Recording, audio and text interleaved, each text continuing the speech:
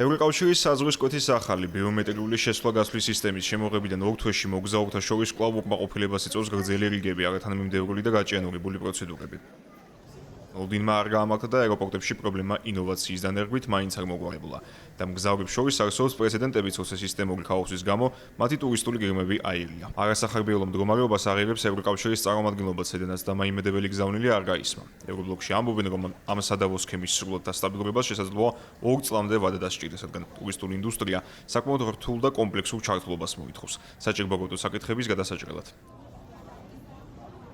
ევროკავშირის საზღვრების კონტროლში დამხმარე კომპანია Frontex-იც აღიარებს, რომ ახალ სისტემაში ერთ-ერთი ყველაზე მთავარი პრობლემა არის ბიომეტრიული მონაცემების შეგროვება, რათა შეიქმნას ერთიანი ბაზა. კომპანიის აღმასრულებელი დირექტორის მოადგილის უკუ სარეკანოს თქმით, ამ რგოლში ძირითადი შემოფერხებელი ფაქტორი არის იმ მოგზაურთა თითის ანაბეჭდების მიღება, რომლებიც არ არიან ევროკავშირის მოქალაქეები და პირველად ჩადიან შენგენის ზონაში.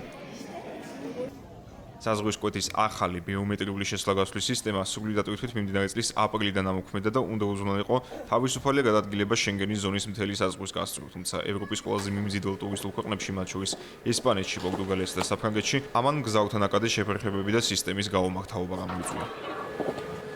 შექმნილი მდგომარეობის გათვალისწინებით ზაფხულის ტურისტულ სეზონზე შენგენის ზონაში ჩამსვლელ მოგზაურებისთვის წელს ცუდი ამბავი ისაა, რომ შეფერხებების გამოსწორება ჯერჯერობით დაუძლებელ პრობლემად რჩება. თუმცა ერთადერთი გამოსავალი არის თადარიგის დაჭრა და აეროპორტში კონტროლის გასასვლელად რეისამდე გაცილებით ადრე მისვლა, რათა სისტემა წნეხის ქვეშ არ მოექცეს.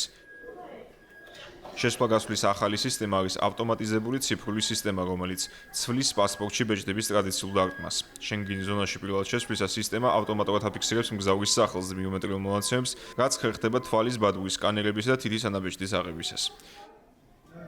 სისტემა ვრცელდება შენგენის ზონაში მოკლევადიანი ვიზიტით შემცვლელ ყველა მოქალაქეზე, მათ შორის იმ ქვეყნების წარმომადგენლებზე, რომლებსაც ევროკავშირთან სავიზო რეჟიმის ლიბერალიზაცია აკავშირებთ.